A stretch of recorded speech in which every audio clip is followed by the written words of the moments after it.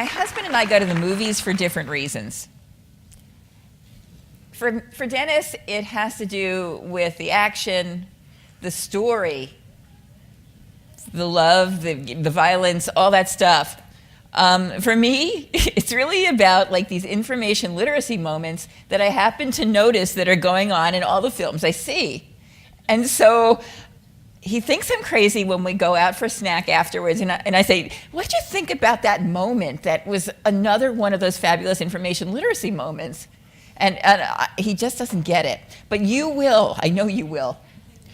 So I don't, there's too many slides, and a lot of them are not going to show, so don't follow me. So I'll give you that slide will come around again at the end. So, all right, so let's think about information literacy, but let's think about it right now through a movie lens. And it's a very interesting time to like think about cinema with the Golden Globes and all that, and so the movie industry. So we will weave some of that stuff into this. And I need you to forgive me because I have not one but two accents.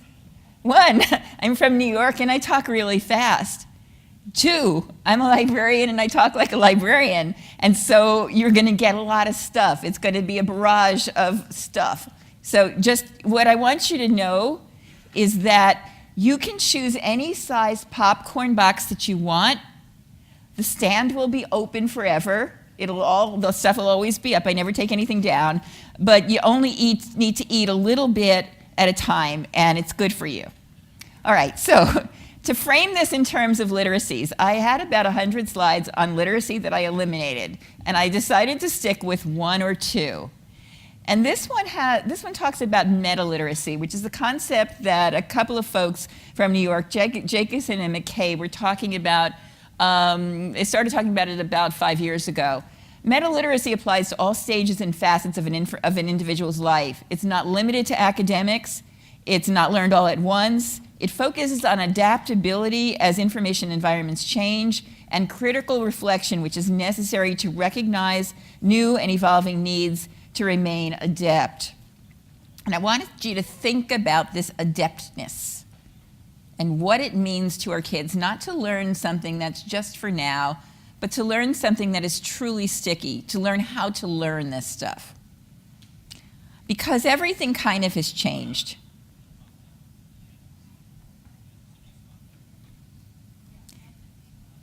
And I know you know it's changed, and I know you know this, but it should have gone quicker because I preloaded it, but it's not. Anybody know what's going on? We're not in Kansas anymore.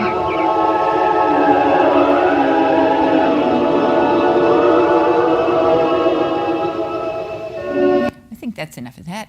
So we aren't in Kansas anymore, but we are in Canvas. I couldn't log into my LMS, and so that's on my mind as well. And schools don't or shouldn't look like this anymore. Back in the summer, Google celebrated an anniversary for Marshall McLuhan.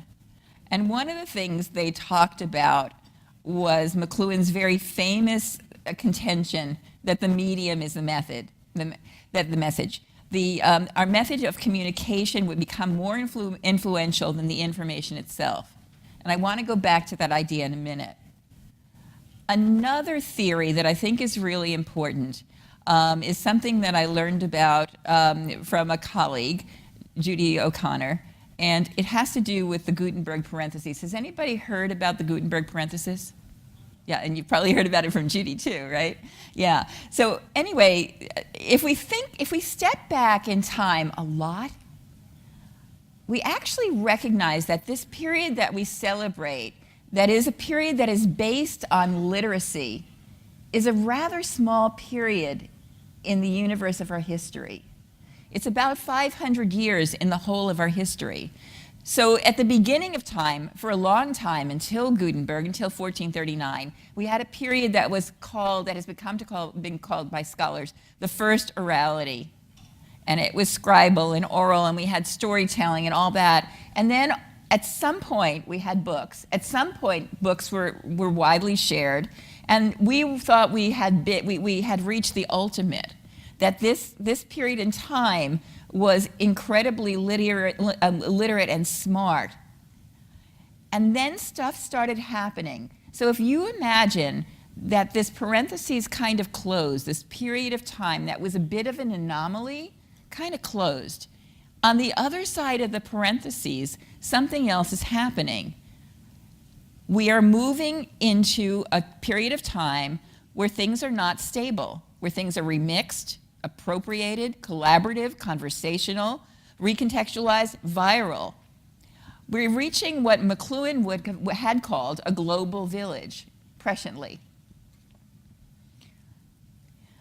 But I think there's something else going on. I think that, yes, we had this period of time that was marked by this print literacy, and yes, there's a parentheses out of which, on the right side, stuff is changing. But I also think that nothing is gone. I think there's an and. I think that we're still looking at literacy, we're still looking at stories, we're looking for new containers for stories, new flavors for literacy, new ways to participate in publishing.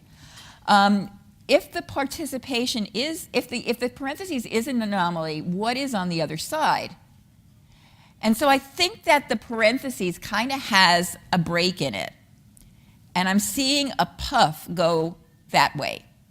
And just like Dorothy, I have a feeling we're going to meet very many familiar old characters on the other side of the parentheses. As you know, video did not kill the radio star. This is an older reference that many of you may not recognize. So I've been working on a new course at Rutgers called Emerging Literacies. And again, of course, because many of you know me, I've been playing with this in Pearl Trees. And I started like really thinking about this. And week one was, what is a literacy? And my students who I can't reach because Canvas is now down are probably struggling with this week one list of readings. I only had them really read 2 or 3 of these. But it is overwhelming to see the many ways people define literacy right now. I want to think about the ways, just a few of those ways in this talk. I want to think about in what ways educators could agilely inspire and direct teaching and learning for the and world, the world on the other side of that parentheses. And so let's think about being directors ourselves.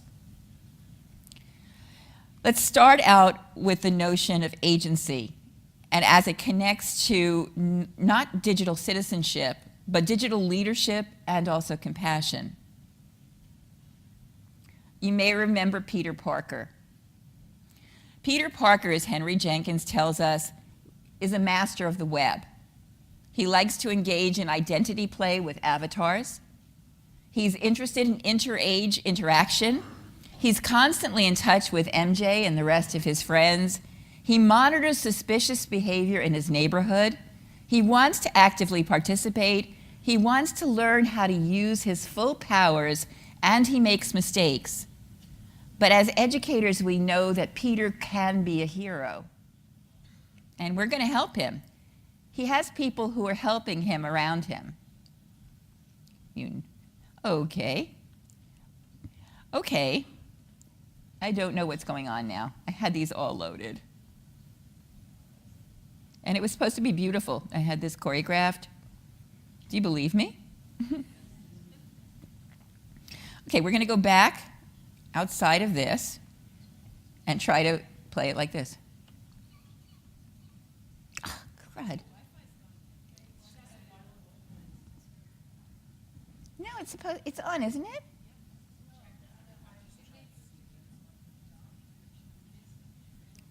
What? Okay. How about we do it this way? Oh.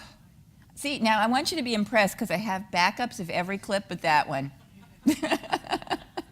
So if you know Peter and you know Uncle Ben, Peter got into a fight at school and he can beat this guy up, and Uncle Ben says, you know, Peter, we know you could beat him up, you know that, but with great power comes great responsibility. Okay, so that was not as beautiful as the video clip, but there you go. All right, so I see us all as Uncle Ben, and Ben was not the first person to say that, as a matter of fact. It probably was Voltaire or possibly Luke from Star Wars. Back to this. As I said before, don't present like me. Okay, let's hope the other ones work. We're moving away. George Couros has talked about this, and ISTE has certainly talked about this. We're moving away from digital citizenship to the notion of digital leadership. And this ISTE poster, I think, is really a valuable one. So when we used to think about citizenship, they use good digital citizenship versus good citizen. We advocate for digital rights and access for all.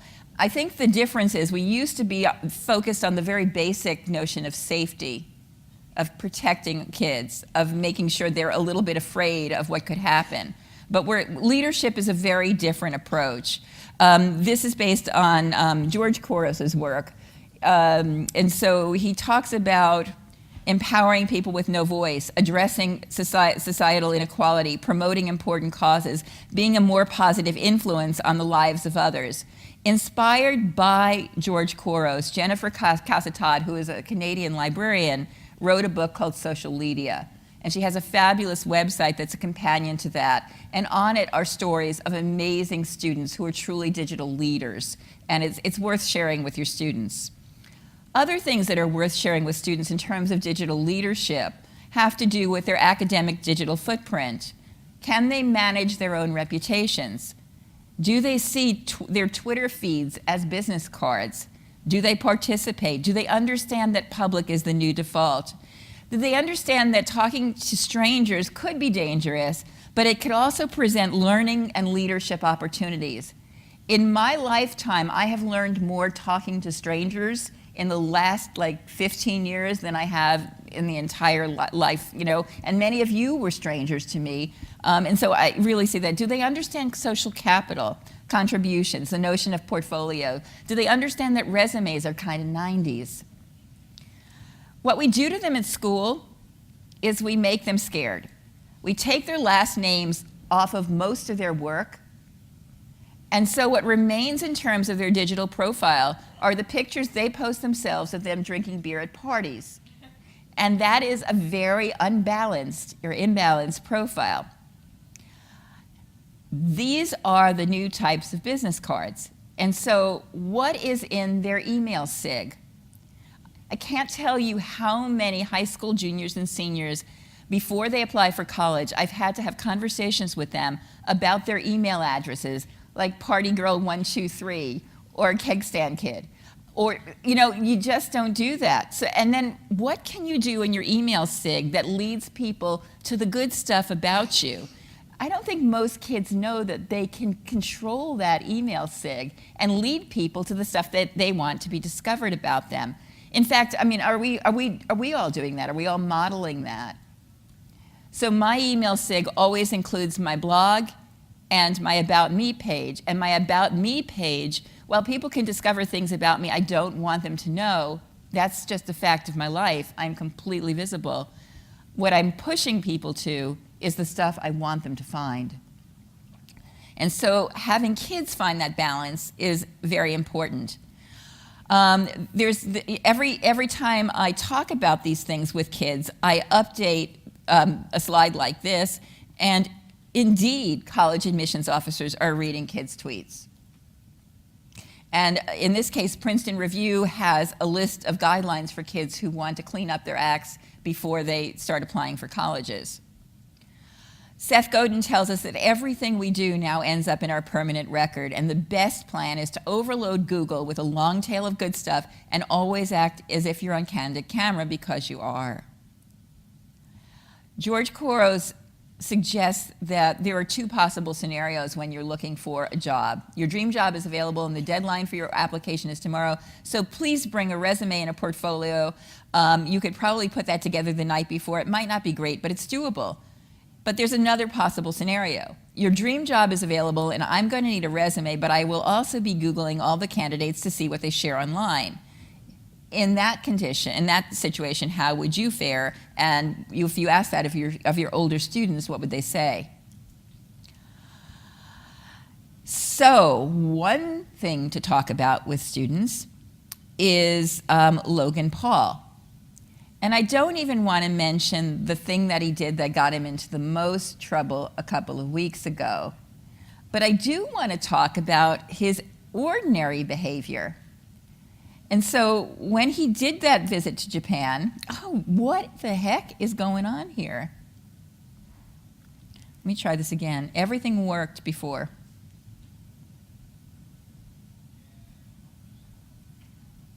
I have no idea what's going on here. Has anybody seen this before? Yeah, and honestly, well, okay. So, has anybody seen the Japan video? Yeah. Basically, he talks about Japan kind of being like a toy store. He goes in there and is incredibly rude all over the place, takes awful video, and is just so offensive. But what he got into trouble with was shooting that image of somebody who had committed suicide. But everything he did before was also offensive. This guy has millions of kids following him on YouTube.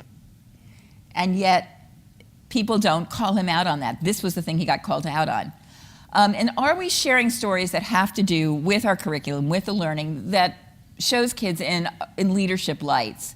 This young man was so innovative. He realized that the lions from the nearby national park were killing his parents' cattle. Might as well go to full screen anyway if the videos are not going to show. Anybody have any suggestions for me on the wireless? Yeah, the HKCEC3 is working for me now. And it's not, yeah. This one? Yeah. Okay. All right, I didn't want to show you this video, but the kid did all sorts of fabulous stuff. He was trying to figure out how to keep the lions away from the family cattle, took transistor radios apart, did all sorts of stuff, and wound up creating lights that moved around the stockyard. The lights scared the lions away. All his neighbors, oh boy. All right. All his neighbors also wanted the invention that he created. Really powerful, really developed leadership, has been on so many television shows, and it is just really positive. Here's a slightly less positive and funny young woman, and I'm not going to show you this because we've lost some time. Toto? What? I have a feeling we're not in Kansas anymore. All right. Well, this is going to be way more fun, and it's going to go way more fast. All right. And so this young woman was concerned about the fact that young African people didn't have a lot of power, and people were dismissing her as a young African woman. And she's a writer and a comedian, and she has this personality that is just to die for, charming. And what she decided to do was use Twitter, the thing she used best. And she came up with this joke. If Africa was a bar, name a country would be, boom. And there were these crazy kind of national jokes that went on, but what happened was a community started developing around that kind of Twitter meme. And people started talking about national pride as a result. She went viral. People had fun with this. It's not always serious. And it created a fabulous discussion around African issues and the notion of Pan-Africanism. That's leadership, and it's fun leadership. We're seeing the universities accept and encourage portfolios in addition to SAT scores and the number of AP classes. MIT welcomes admission portfolios in all sorts of areas, including student research, maker activities, athletics, visual art and architecture, music and theater arts. My daughter got into school because of her art portfolio, and that's because she's an artist. But how many kids out here would benefit from sharing that kind of work, especially the maker work that we're seeing right now? And it's not just MIT. This is part of the Common App as well. And we're seeing this from all the major admissions and test prep people, and they're suggesting it. And this practice of keeping a portfolio can start really early with tools like Seesaw and EasyBlog. Dana Boyd suggests that it is really okay for kids to make mistakes at this point in their lives. It is the Band-Aid mistakes that we're looking for, these opportunities to correct, to redirect students before they make mistakes that are too dramatic. All right, let's shift a little bit to the notion of intellectual property. Let's hope this works. I think it's going to work. This is a little bit about appropriation in But an what does appropriate way. Julia Child have to do with me? Lowly cubicle worker Julie Powell? So how's your job, Julie? Are you the person to speak to about my insurance form? You can speak to me. Do you have any power? No. I could write a blog. I have thoughts. Write a blog about cooking. I'm not a real cook like Julia Child. Julia Child wasn't always Julia Child. The Julie/Julia Project. I cook my way through Julia Child's cookbook. 365 days, 524 recipes. I am risking my well-being for a deranged assignment. Is it crazy? Yes. I was drowning and she pulled me out of the ocean. Don't get carried away.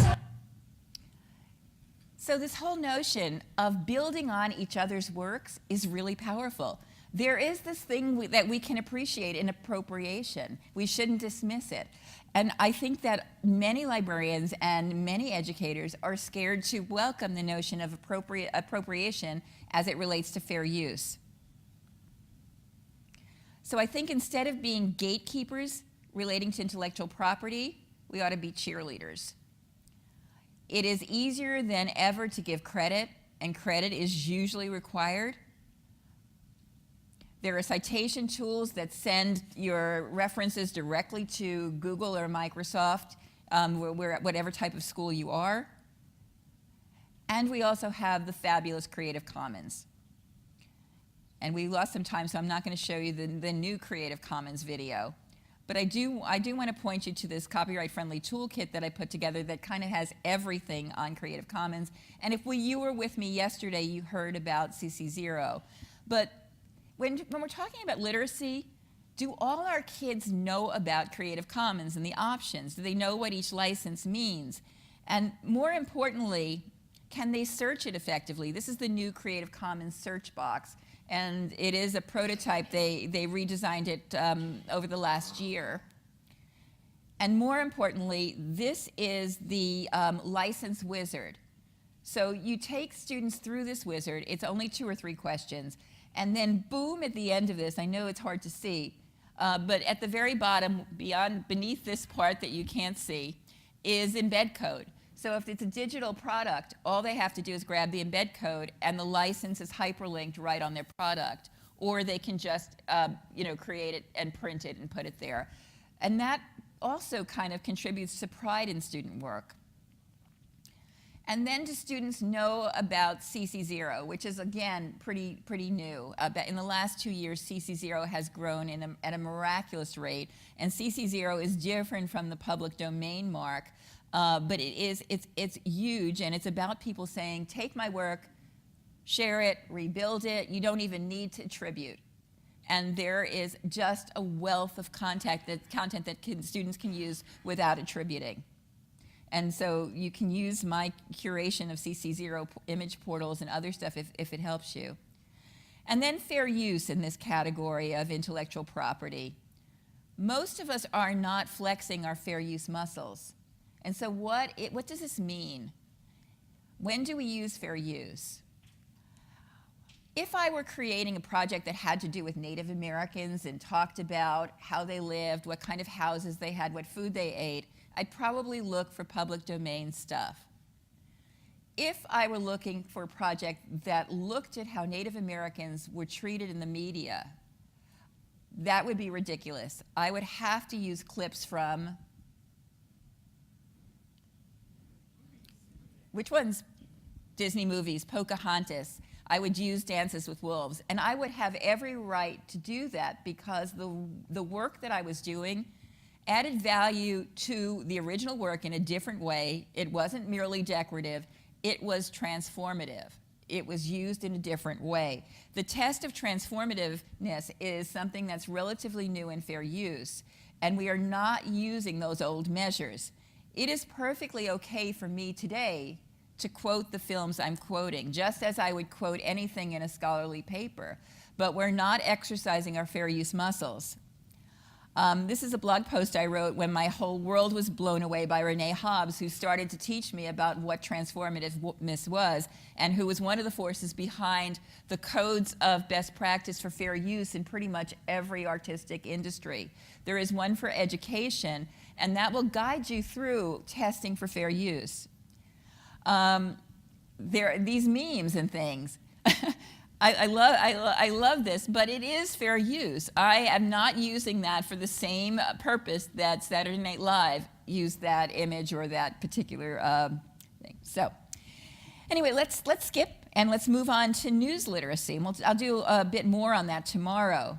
We need to teach students about triangulation and corroboration, two kind of new vocabulary words. Back in November 2016, I wrote a blog post that got more traction than pretty much any blog post I've ever written. It was about building a news literacy toolkit. And the fact is, kids need a much larger toolkit than the wimpy toolkit that you can barely see below there. Certainly, we're looking at a filter bubble. The idea that personalization and web search actually removes things from students' feeds, and so they don't see a full picture of what they're probably looking for. They're seeing what Google thinks they need to see. The SHEG, the Stanford History Education Group, put out the SHEG report about a year ago, and they came to the conclusion that overall young people's ability to reason about information on the internet can be summed up by one word. Do you remember the word? Bleak. The findings were so depressing. And so as a result of this whole fake news thing, Google, Facebook, Bing, Twitter, and many, I think it was 75 when I did this clip, but I think it's more than like 200 news organizations now have come up with something called the Trust Project. And so they have created criteria that are based on a score of 8 trust indicators to evaluate websites. And what that looks like, maybe we can look at in this video.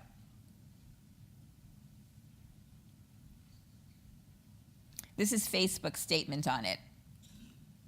And it's important to know about this. In the U.S., only 53% of Americans trust the news sources they use. So we're making it easier to learn more about an article right in your Facebook newsfeed. For any link to an article shared in newsfeed, we are adding a feature that allows you to access more information at the tap of a button. We automatically pull this information from across Facebook and other sources. It can include things such as information about the publisher, additional articles about the topic, or how the article is being shared on Facebook. For some articles, if that information is unavailable, we will let you know, since it can also be helpful context. We'll continue to listen to people's feedback and work with publishers to provide you easy access to the important information that helps you decide which stories on Facebook to read, share, and trust. So, what's the problem with that?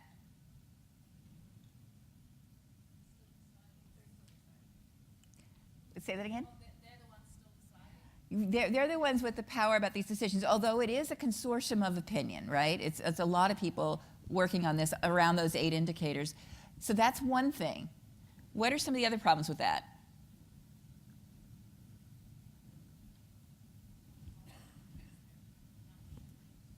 I can't hear you.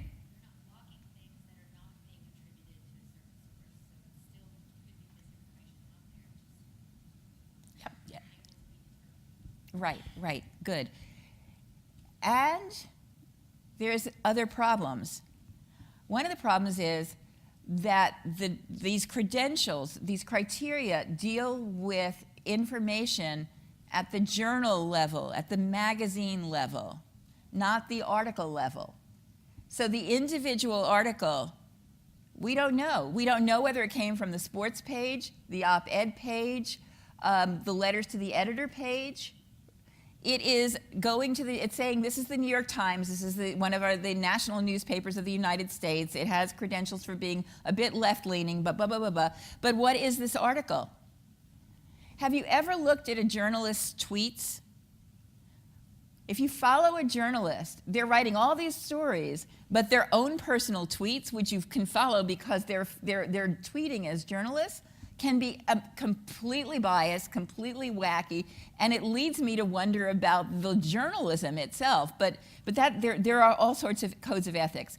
But one of the things that I'm very excited about is that Chegg, we were trying to actually use the stuff from the report, which was so fabulous, but Chegg recently put out its assessments. And we can use these with students now. And so this is just a list. When you get to this, you'll see there are 20 different these are actually really kind of fun activities that you can do with students. So one of them is this one, and let's see if we can do this one together. On March 11, 2011, there was a large nuclear disaster at the Fukushima nuclear power plant in Japan. This image was posted on an image sharing site in 2015. And so the question is, does this post provide strong evidence about the conditions near the Fukushima plant? Does it? It says, not much more to say, this is what happens when flowers get nuclear birth defects. So what do you think about that?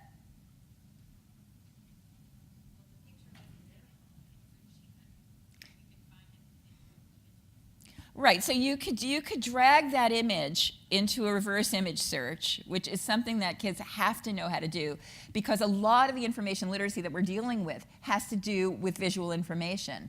So much of it has to do with visual information right now. So you can do that, and I did that, and I couldn't come up with anything definitive in that way. And I did discover that there are many pictures of daisies that look like this. And there is this thing, and one of the wonderful things about that new resource is they give you a rubric. And if students displayed mastery at that task, they would argue that the post does not provide strong evidence and questions the source of the post. We don't know anything about the author of the post, or the source of the photograph, and we don't know where the photo was actually taken. And you really can't actually discover that from a Google reverse image search. And so they show what good, what excellent responses were and emerging and then beginning responses. So you can do some other things. All of this led me to the notion that this was called faciation. You could actually do a Google image search and actually specify time. You could also go to Google image search and specify geography. So there are sophisticated ways to do this beyond the typical Google image search. A study that Chegg did very, very recently, it was kind of like John Henry versus the steam shovel. What they did was they pitted fact checkers, news fact checkers, against scholars. And they said, tell us whether this story has accuracy. And the scholars did incredibly poorly. And do you know why? They didn't understand the web. They didn't understand that there was a way to read the web that they're calling lateral reading. It's following the links and then going to other links that are relevant. So the scholars were going to reference sources and databases, but they weren't doing anything that they're now calling lateral reading. And that's something they talk about in terms of what it is that can be checked.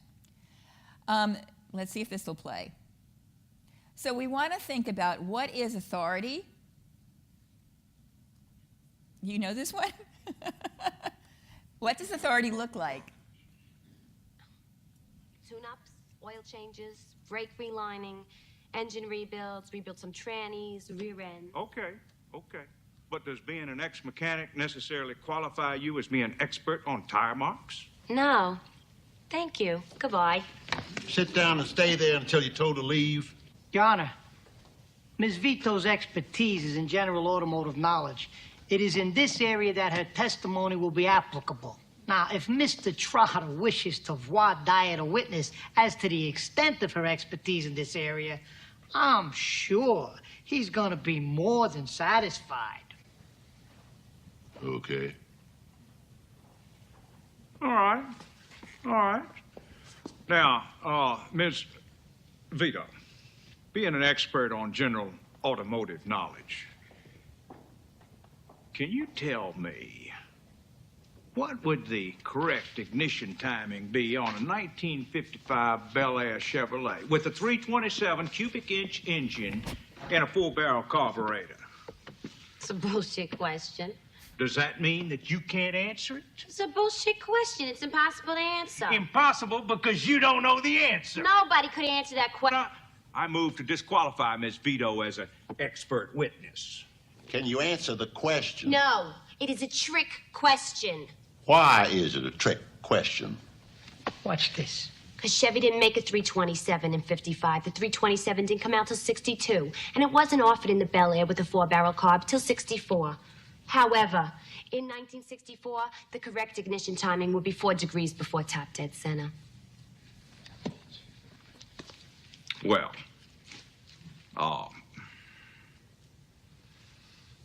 she's acceptable, Your Honor.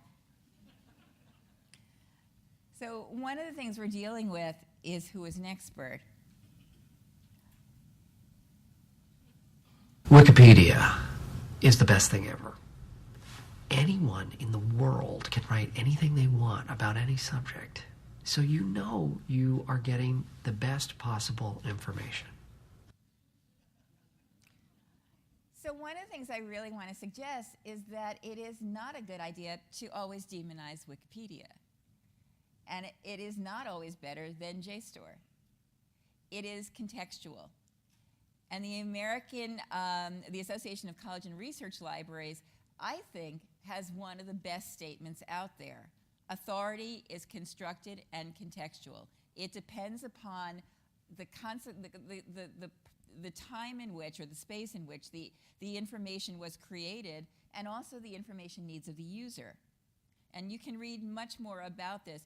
But just to say, when I need information on the Real Housewives of you name the city, I'm going to go to Wikipedia, and I'm going to get better information than I get in many other places. And I'm going to get the links to the places that I need. Similarly, if I wanted Hamlet criticism, I wouldn't go there. I would go to a variety of different databases. My guess here, like Mona Lisa Vito, somebody here is an expert on something. And your expertise, your wisdom is worth tapping. Bloggers are experts in some things. And so what we need to have students notice is that there's nuance about this, and that it is about making decisions on the spot, on the article, on the individual, and not making global judgments about this being bad, this being right, this being left. And that makes the world very complicated. It also makes teaching very interesting. We value scientific knowledge, we value academic knowledge, but it isn't always clean and perfect either. I'm blanking out on his name. I met him a couple of years ago, but the guy who runs Retraction Watch has all sorts of bad science that he calls out in his blog nearly every week.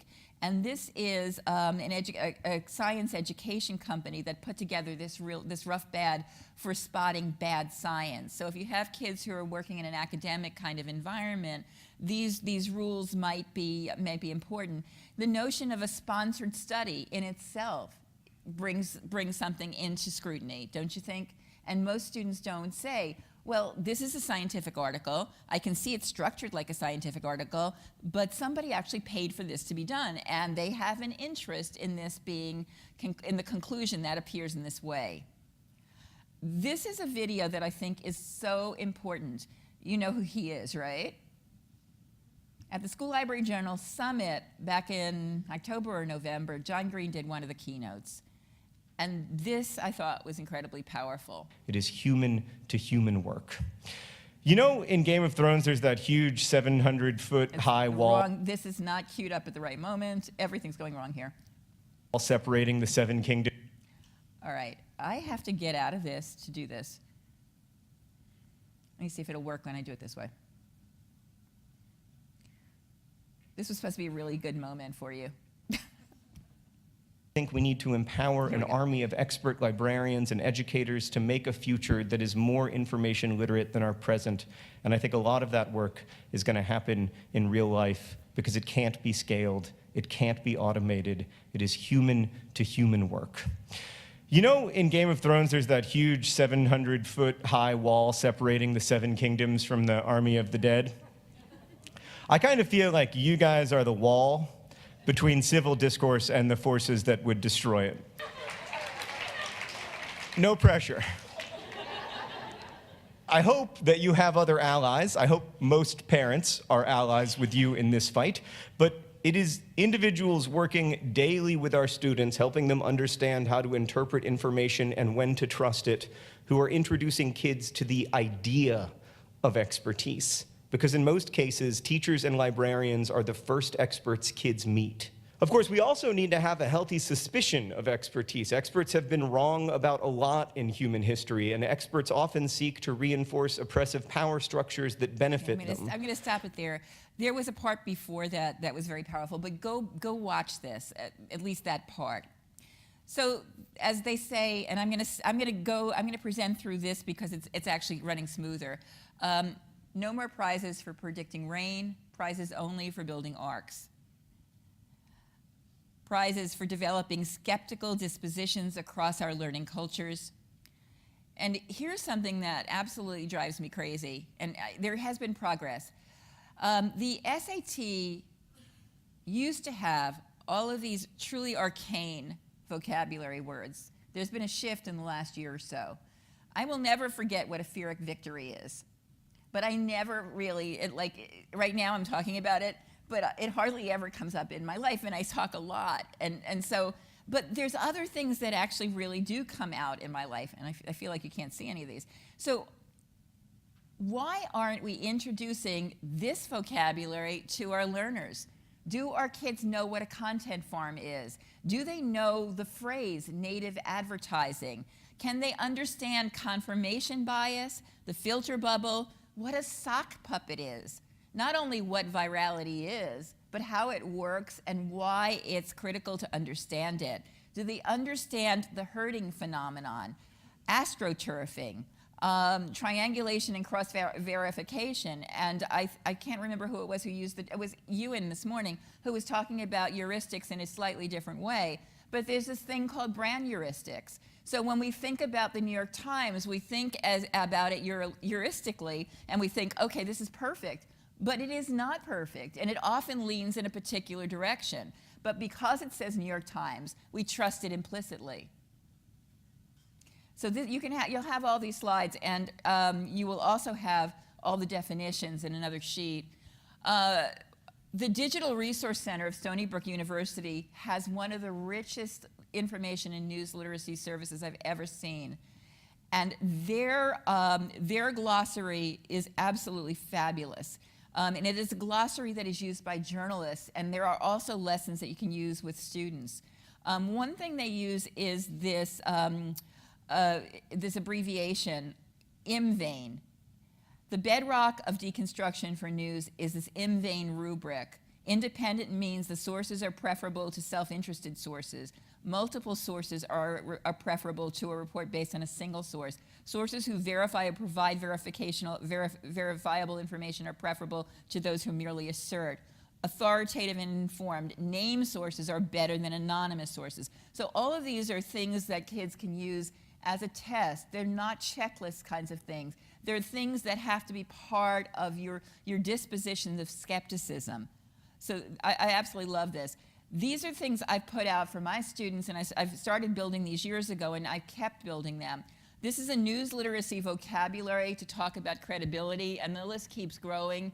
And it's out there as a Google Doc that you can use and introduce with new vocabulary.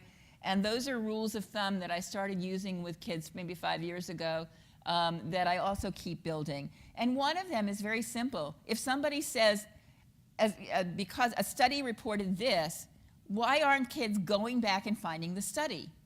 Why are they trusting the second or third hand journalist who's reporting on the study? It is easy for them to get the study. They have to ask you, and you'll help them. Based on that blog post I wrote back in November 2016, Michelle Ludala and Jackie Whiting, who are friends of mine, created lessons around those rules of thumb. And I think they're fabulous. They're group conversations. Just one of them is, Group 1 discusses, news used to be delivered once a day for an hour on television in the morning and in the newspapers. Now we have a 24/7 news cycle where news is constantly breaking. Why does this matter?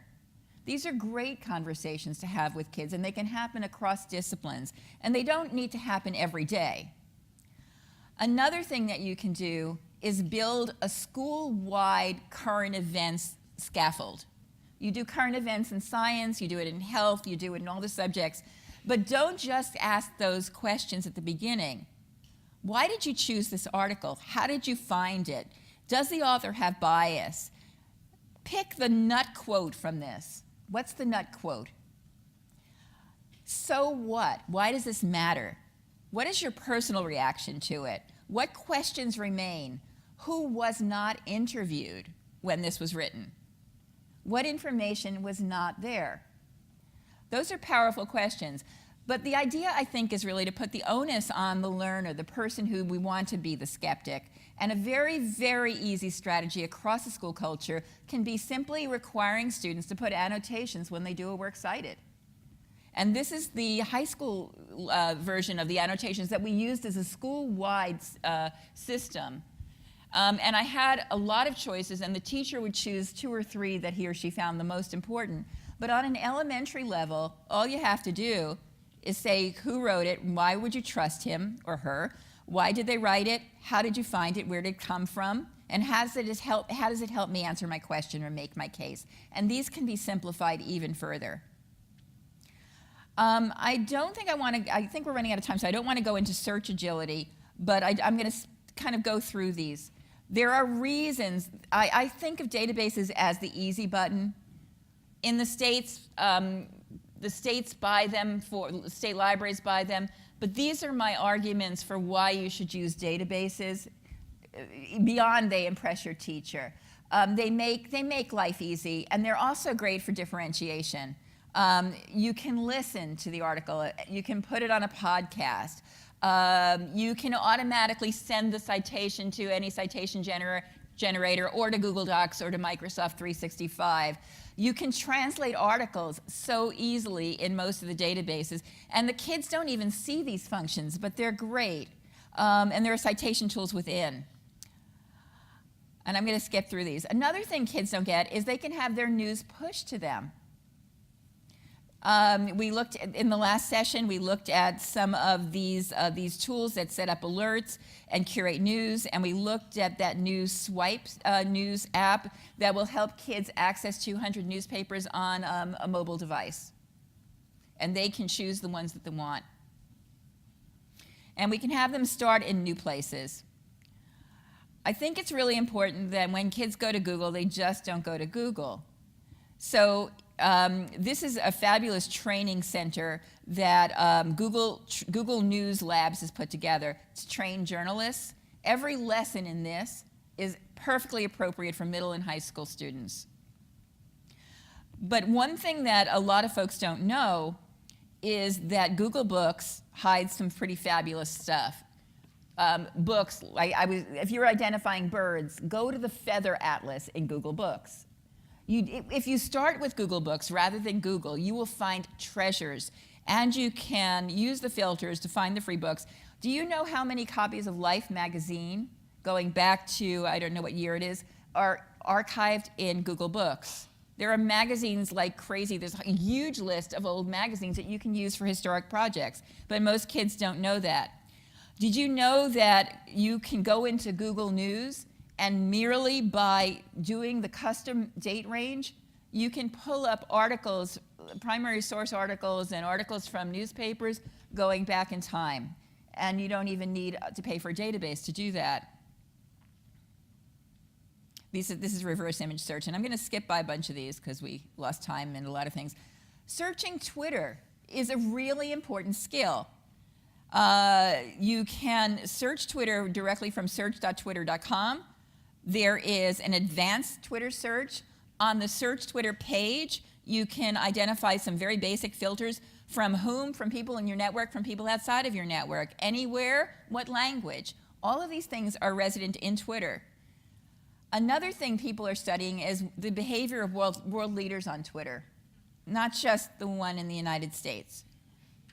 There's a site that is a group of researchers called Diplomacy, and they analyze Twitter behavior from world leaders on Facebook, on Instagram, and in Twitter. And you can identify the official Twitter feeds of world leaders. When I was doing a Middle East peace simulation with kids, I said to the kids, let's skip the journals and let's just use Twitter as our research source and see what happened. What the kids found out were there were 5 people who were tweeting as Benjamin Netanyahu, and the teacher freaked out because she was really scared that this was going to fail to begin with. And what I said to her was, this is the best thing that could ever happen. Which is the real Benjamin Netanyahu? And how are you going to prove it? And the kids set about figuring out which was the real one. But once they found out who the real one was, they were getting links to speeches that the major newspapers didn't have yet.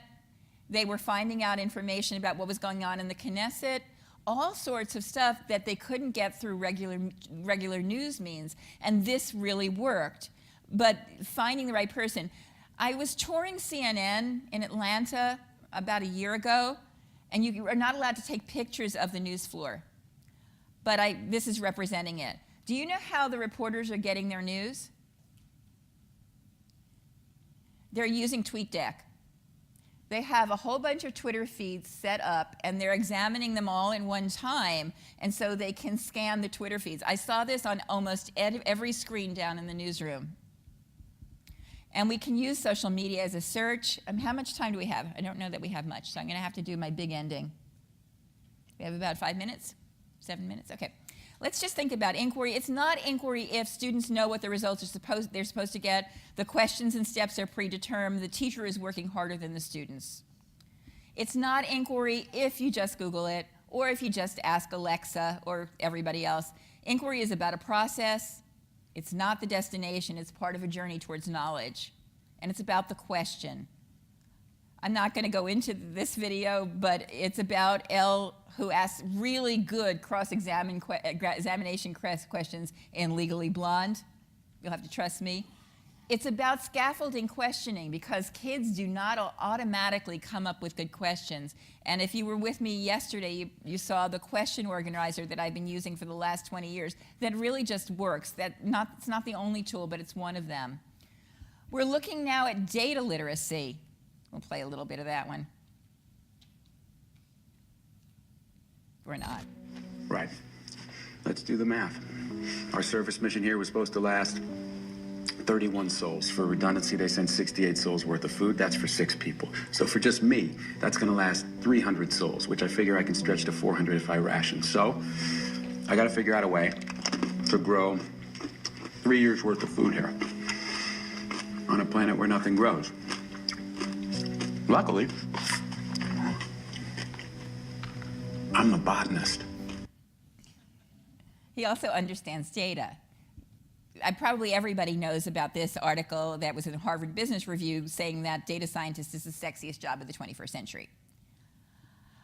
One of the things I really want you to discover is this research project from the University of Michigan that has everything you need to create data literate students. This thing absolutely rocks, and it was led by Kristen Fontecchero.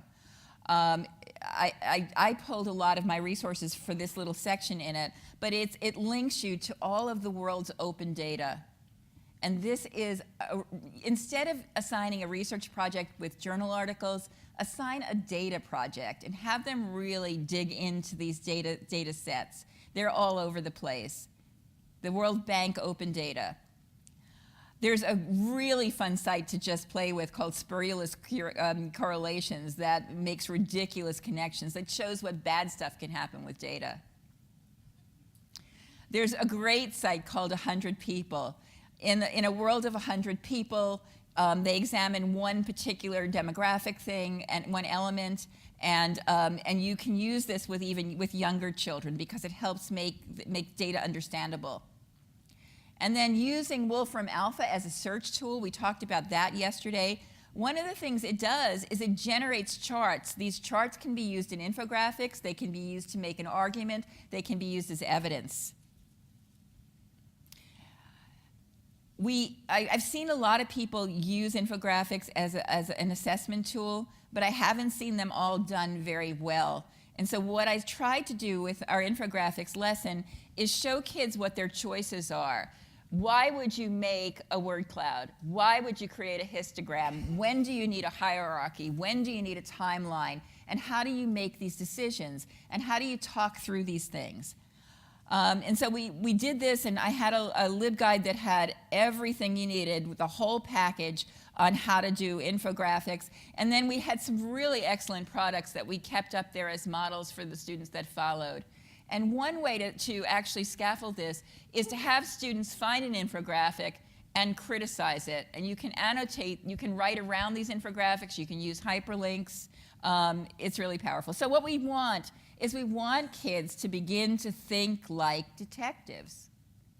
We want kids to think like journalists. We want kids to think like scientists. We want kids to think like citizens of the world. We want kids to think like artists.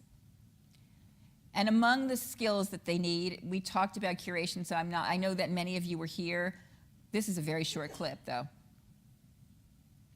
This is no place for you, Q. Go home. Oh, don't be an idiot, 007. I know exactly what you're up to, and quite frankly, you're going to need my help. Remember, if it hadn't been for Q Branch, you'd have been dead long ago. Everything for a man on holiday. What would James Bond do without Q?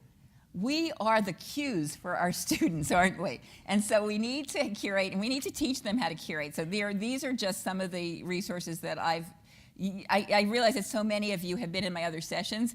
One thing I haven't shown you is Phil Bradley's website. Phil Bradley has created a Google custom search across all the newspapers, all the major newspapers of the world. So all you need to do is embed his Google custom search, and your kids at one fell swoop can search all the major newspapers. So I'm trying to get to my big ending here. I'm almost there.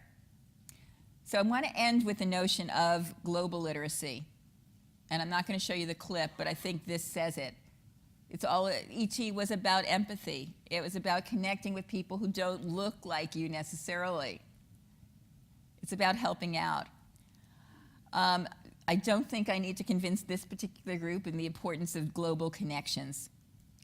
Heidi Hayes-Jacobs, I don't think we have time for this, but she talks about the notion of a globally literate individual who possesses knowledge of the world and has the ability to connect people to places. What she says in this short video is that it's not just about having conversations, it's about working with each other, getting kids to work together to solve big problems.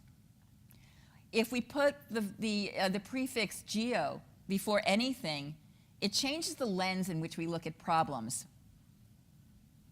So we need to go probably beyond mystery Skypes, beyond Google Expeditions, although they're great. I love Google Expeditions. I think they're great. Don't go beyond them. And we need to use some new tools. There are some tools that I think are good introductions, like Sesame Street's Girls Around the World. Have you seen that? It's fabulous. The Google Arts and Culture, I'm going to have to go fast. My students got to the point where we were connecting with students all the time, with adults and experts all the time, that they started saying, I know a poet, can we invite her in? And so the students would design their own meetings. Flipgrid's doing some very fabulous things right now. They have global grid connections in which they're asking questions and getting kids together around global problems. And so take a look at that. And they've got these things with girls right now that are really great. So back to the movies. What we're seeing out there in terms of literacies are we're moving from awareness to action, and going back to the parentheses that we started with, we're also seeing the social media bringing us back and forth from that other type of orality back to long-form journalism. So the tweets are moving us back to great conversations. And so this week, what we saw was Margaret Atwood and Barbara Kingsolver say, wait a minute, everybody, wait a minute. It's not just this hashtag that's important. This is a deeper conversation. And the hashtag may have done some collateral damage. And let's stop and think a little bit before we start something that is very dangerous. And I think this is really good. That is not to say that the Me Too movement was bad. It was absolutely good. But there's a lot more than the hashtag, and that understanding that is part of this literacy. So conversations are moving laterally to the left and the right of the parentheses, with social media functioning as a kind of index. They are both short and long form, quick and deep, and requiring agility and literacies to discover and interpret. This notion of great responsibility is not just for Peter Parker, it's for us too. We can start the play button. As Yoda says, there is no try, there is only do. I'm not going to play this one because I'm going to play another one, but sometimes it's okay to start the music and confront the people that you have issues with. And I will play this as the ending.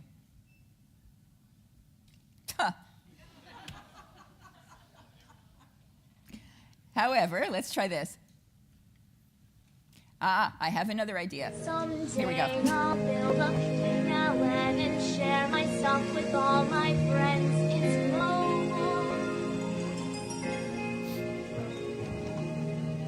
With Web 2.0 on my laptop, I'll gather widgets drop by drop for information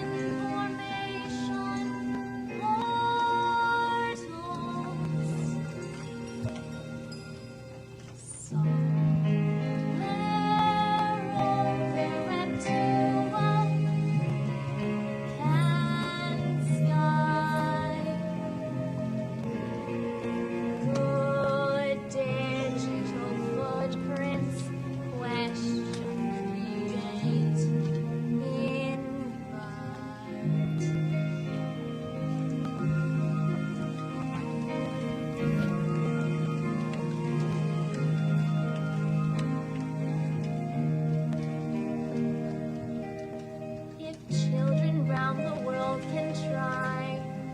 solve big problems.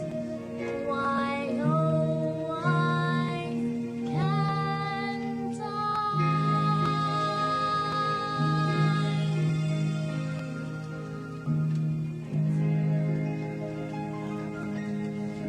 And so, thank you very much. Thank you, everybody.